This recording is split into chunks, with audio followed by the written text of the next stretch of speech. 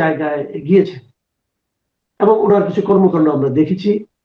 কিছু কর্মকাণ্ড নিয়ে আমার কাছে মনে হয়েছে যে মানে আমি একটা যেন বাংলাদেশের যে ট্র্যাডিশনাল পলিটিশিয়ান সেরকম আচরণ যেন দেখছি না, এবং এটা আমাকে ব্যক্তিগতভাবে আমি বলবো মুগ্ধই করেছে।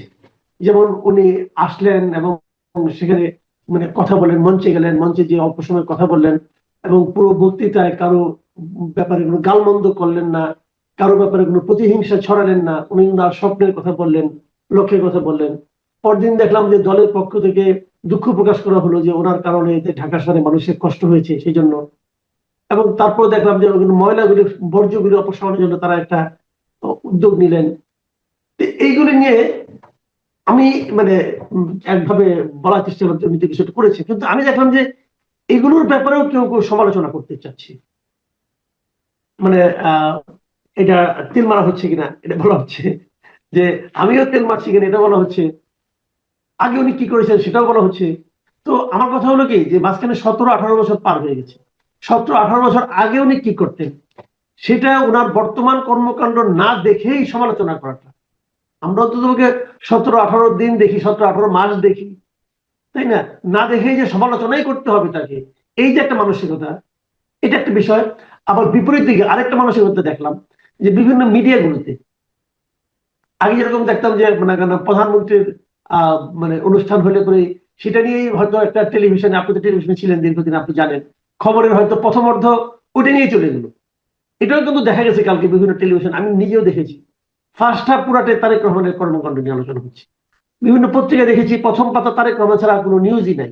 কোন কোন পত্রিকা 3 পেজ পর্যন্ত তারেক রহমানকে দিয়ে দেওয়া হয়েছে, উৎসর্গ করা হয়েছে। এই যে দুটো ধারা, যে একটা হলো না দেখে সমালোচনা করা, আর একটা হলো প্রশংসা করতেই থাকা করতেই থাকা।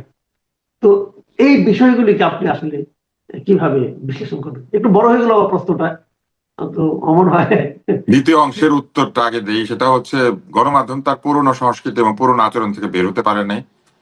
একটা উদ্দেশ্য হচ্ছে যে প্রাথমিক অবস্থায় যেহেতু পাঠকের মধ্যে অনেক ঔৎসুক্য থাকবে কিংবা দর্শকদের মধ্যে অনেক ঔৎসুক্য থাকবে, তাই সেই কৌতূহল বিবেচনা করে অনেকেই তাকে নিয়ে প্রচুর সংবাদ ছেপেছেন। তিনি কিভাবে নামলেন, সুটকেস হাতে নিলেন, কার সাথে কথা বললেন, কাকে জড়িয়ে ধরলেন, এরকম খুঁটিনাটি বিষয় তারা কাভার করেছে। আমার কাছে মনে হয়েছে পত্রিকাগুলির ক্ষেত্রে এটা একটা আধিক্যতা হয়ে গিয়েছে, যেটাকে বাংলা ভাষায় বলা দেখলামও। কারণ টেলিভিশনে সবাই তাকে দেখতে পাচ্ছে, এই পুরো যাত্রাটা লাইভে কাভার করা হয়েছে এবং বিএনপির যে প্রচার সেল তারাও লাইভ দিয়েছে। তাহলে আবার উনি কোথায় থামলেন, কোথায় কি করলেন, এইটা যে এইভাবে বলতে হবে আজকের এই তথ্য প্রযুক্তির উন্নতির যুগে, এটার দরকার ছিল না। পত্রিকাগুলি একটু সংযত আচরণ করতে পারতো। কিন্তু আমার কাছে মনে হয়েছে পত্রিকাগুলি তাদের যে 17 বছরের নানান ধরনের তেল দেওয়া কিংবা নানান ধরনের ভুল ত্রুটি আছে সেগুলো মোচন করার জন্য ওই দিনই তারা সকলে ঝাঁপ দিয়ে নেমে পড়েছিল। এটার দরকার ছিল না, কারণ তারেক রহমান এই জিনিসটা যে পছন্দ করবেন না এটা তিনি বহু আগে থেকে বলেছেন এবং ওই দিনও তার সব কাজের মধ্যে এটা দেখা যাচ্ছিল যে তিনি আবেগ পছন্দ করছেন না, অতিরিক্ত স্লোগান দেওয়া পছন্দ করছেন না, বড় চেয়ারে বসা পছন্দ করছেন না। সম্বোধনের মধ্যে তিনি মুরব্বীদেরকে, ভাই বোনদেরকে সম্বোধন করেছেন, আলাদা করে দলের লোকজন কিংবা কোন স্পেসিফিক জনতাকে তিনি সম্বোধন করেন নাই। এই সবকিছু দেখেও আমার মনে হয় যে পত্রিকাগুলি এটা থেকে বের হতে পারে নাই। আর টেলিভিশনের কথা যদি বলেন, টেলিভিশনগুলি সারাক্ষণ ভয়ে কাতর, কে কখন ঢুকে পড়বে, কার চাকরি বন্ধ করতে বলবে। আপনি জানেন যে এরই মধ্যে নাজনীন মুন্নির চাকরি খাওয়ার জন্য কিছু লোকজন ব্যস্ত হয়ে পড়েছে। এরকম যে চাপ টিভিগুলির উপরে এবং বিশেষ করে টেলিভিশনের যন্ত্রপাতির যে উচ্চ মূল্য, এইসব কারণে অনেক ক্ষেত্রেই টিভির মালিকেরা শঙ্কিত এবং তারা এক ধরনের প্রতিরক্ষা আশা করেন। ফলে তারা দেখাতে চেয়েছেন যে তারা একটি রাজনৈতিক দলের সাথে আছেন বা তাদের সঙ্গে তারা আছেন, কারণ এই রাজনৈতিক দলটি মধ্যপন্থা অবলম্বন করছে। আরো একটি বিষয় হচ্ছে যে আপনি জানেন নিশ্চয়ই যে প্রথম আলো ডেইলি স্টারে আগুন দেওয়া হয়েছে, সেখানে প্রথম আলো ডেইলি স্টারে কিন্তু মিডিয়ার যন্ত্রপাতিও ছিল, কারণ তারা এখন এক ধরনের তথ্য প্রচার করে থাকে যেটা ভিডিও চিত্রের মাধ্যমে। তারা সাক্ষাৎকার প্রচার করে ভিডিওতে এবং চোরকির অফিস ছিল, সবকিছু পুড়িয়ে দেওয়া হয়েছে। ফলে এইসব থেকে অনেকটা ভীত সন্ত্রস্ত একটা অবস্থা তৈরি হয়েছে অনেকের মধ্যে। একজন আমাকে বলেছেন, একজন টিভি মালিক, যে ভাই ওরা যদি ঢিল মারে তাহলে আমি সারাদিন 24 ঘন্টা কি করে পাহারা দিব, এরকম একটা কথা তিনি বলেছেন, যেটা আমার কাছে মনে হচ্ছে যে খুবই দুর্বলতা। কারণ ঢিল মারলে উনি তাদের ছবি প্রচার করে দিবেন এবং তারপর আইন শৃঙ্খলা তাদেরকে রক্ষা করবে, বা আইন শৃঙ্খলা বাহিনী তাদেরকে প্রতিরক্ষা দিবে এবং যারা অপরাধী তাদেরকে ধরবে। কিন্তু দেখেন টিভির মালিক বিশ্বাস করতে পারছেন না যে আইন শৃঙ্খলা রক্ষাকারী বাহিনী ছবি দেখেও তাদেরকে ধরবে নাকি ধরবে না। তো এই জায়গাটিতেই হচ্ছে সমস্যা। আইন শৃঙ্খলা রক্ষাকারীদের উপরে যদি আমাদের আস্থা থাকতো, বিশেষ করে পুলিশের উপরে, তাহলে কিন্তু মালিকেরা ঝুঁকি নিত, কিন্তু এখন মালিকেরা কোনো ঝুঁকি নিতে প্রস্তুত না। তো এইসব কারণে আমার কাছে মনে হয়েছে যে আতিশয্য একটু বেশি হয়ে গিয়েছে। আর এর সাথে তো ভাইরাল হওয়ার লোভ আছে। ওই দিন ওনার ছবি যেখানে গিয়েছে সকলে ক্লিক করেছেন, ওনার বিড়ালটা পর্যন্ত পপুলার হয়েছে। বিড়ালের নাম কি এটা জাতি প্রায় মুখস্থ করেছে। এইসব জিনিস হচ্ছে এই গণমাধ্যমের আদেকলাম, এটা বন্ধ করা দরকার। কারণ এইভাবে গণমাধ্যম চলবে না, যে এটা বোঝা গিয়েছে। এবং তারেক রহমান নিজেও এই বিষয়ে সতর্ক করেছেন, অতিরিক্ত প্রচার, অতিরিক্ত আবল তাবল কথাবার্তা তিনি বলতে না করেছেন। আর প্রথম অংশটা যদি আপনি আমাকে বলেন, তাহলে আমি বলবো যে মানুষের মধ্যে আবেগের আতিশয্য আছে, মানুষের মধ্যে প্রবল আবেগ রয়েছে, এবং সেই আবেগের বহিঃপ্রকাশ ঘটেছে উনি আসার পরে। এবং একই সাথে কিছু মানুষ স্বার্থানুসন্ধান করতে শুরু করেছে, দলত্যাগ করে তার দলে যোগ দিতে শুরু করেছে, ধানের শীষ নেওয়ার জন্য নিজের দল ছেড়ে দিচ্ছে, এরকম নানান কিছু হচ্ছে। তো সবকিছু মিলিয়ে তার আগমন আমাদেরকে আশ্বস্ত করেছে এই জন্য যে একজন বড় নেতা বাংলাদেশে ঢুকেছেন, একটা বড় দলের বড় নেতা। ফলে আমরা আশা করছি যে সেই দলটা আরো সুশৃঙ্খল হবে, এবং নির্বাচনের ব্যাপারে যে সংশয় ছিল সেটা অনেকাংশে দূর হয়েছে।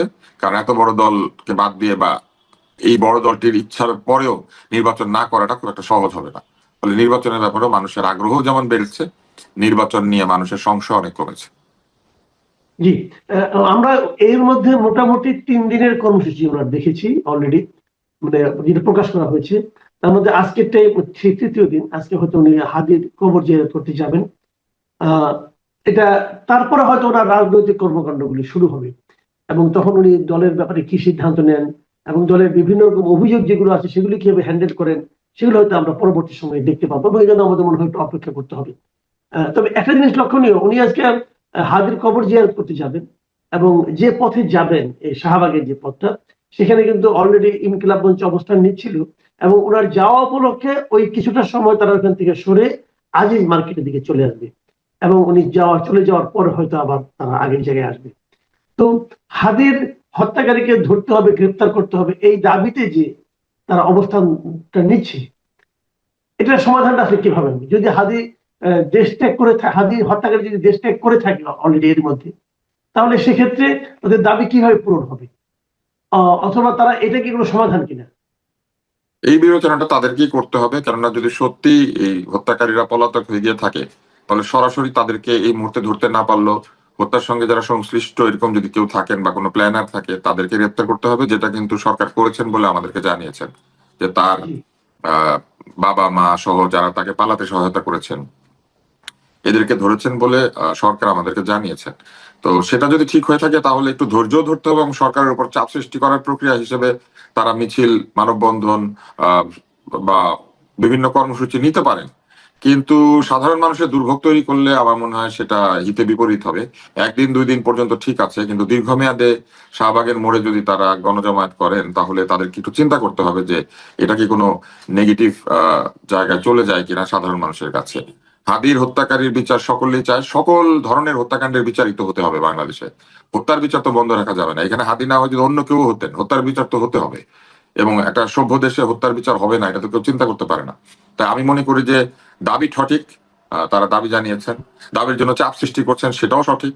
কিন্তু চাপ সৃষ্টির প্রক্রিয়াটা তারা পুনর্বিবেচনা করলে ভালো হতো। কেননা এই মুহূর্তে যেহেতু নির্বাচনের ডামাডোল বেজে উঠেছে, এবং হাদি নির্বাচনী এলাকা, সেখানেও নতুন নির্বাচনী প্রার্থী ইনকিলাব মঞ্চ দেবে কিনা, সেটাও তারা চিন্তা করার সময় এসেছে।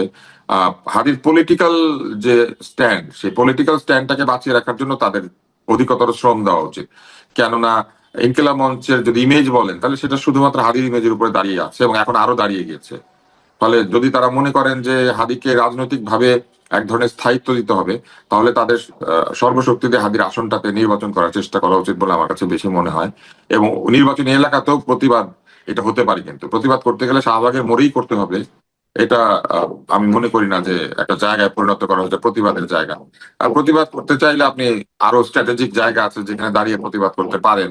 আমার মনে হয় তারা সেটা করলে ভালো করবেন। জি, আরেকটা জিনিস, এখন আমরা তো আগামী দিনে নির্বাচন মুখী সব রাজনীতি হচ্ছে কিন্তু, এবং তারেক রহমানও ঠিক নির্বাচনমুখী রাজনীতি করার জন্য এসে গেছেন অলরেডি, আমরা যতটুকু বুঝতে পারি। আর 1.5 মাস মতো আছে নির্বাচনের। এর মধ্যে আমার নতুন নতুন দৃশ্যের অবতারণা হচ্ছে দেখতে পাচ্ছি, বিশেষ করে প্রতীকের জন্য যে হাহাকার, প্রতীকের জন্য যে আকুতি, ধানের শীষ পাওয়ার জন্য দল ত্যাগ করা, এমনকি গণ অধিকার পরিষদের মতো বড় একটা দল, সেই দলের সাধারণ সম্পাদক রাশেদ খান তিনি বিএনপিতে যোগ দেবেন বলে সিদ্ধান্ত হয়েছে কেবল ধানের শীষ প্রতীকটা পাওয়ার জন্য, এবং সেটাকে আবার তার দল কিন্তু জাস্টিফাই করছে। দলের যিনি মানে সভাপতি আছেন নুরুল হক নূর, তিনিও ব্যাখ্যা দিয়েছেন যে এটা কেন জাস্টিফাইড তাদের কাছে। তো এটা কি একটা রাজনৈতিক দলের মানে আপনার দীনতা প্রকাশ করে না? রাজনৈতিক দলের দীনতা চাইতেও সবচেয়ে বড় বিষয় যেটি হয়েছে, রাজনৈতিক দল কৌশল অবলম্বন করতে গিয়ে তারা এক ধরনের মরাল গ্রাউন্ড থেকে সরে যাচ্ছেন।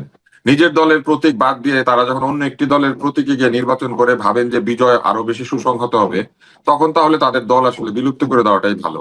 কেননা তার দলের মার্কার কোনো ভ্যালু নাই, তার দলের নেতারা যদি কোনো ভ্যালু না থাকে, বিএনপির ইমেজকে নিয়ে যদি তাদেরকে বিজয়ী হয়ে আসতে হয়, তাহলে এই রাজনীতি করার প্রয়োজন কি? তারা সরাসরি বিএনপিতে অন্তর্ভুক্ত হয়ে গেলেই বরং ভালো। অযথা একটা দল, একটা অফিস, খরচ বিরোচ এগুলা করার চাইতে আমার কাছে মনে হয় যে এই খরচটা, এই ব্যয় সংকোচন করে তাদের উচিত বিএনপির মার্কা নিয়ে বিএনপির ওখানে চলে যাওয়া এবং বিএনপির পতাকা তলেই নির্বাচন না শুধু রাজনীতিটাও কন্টিনিউ করা।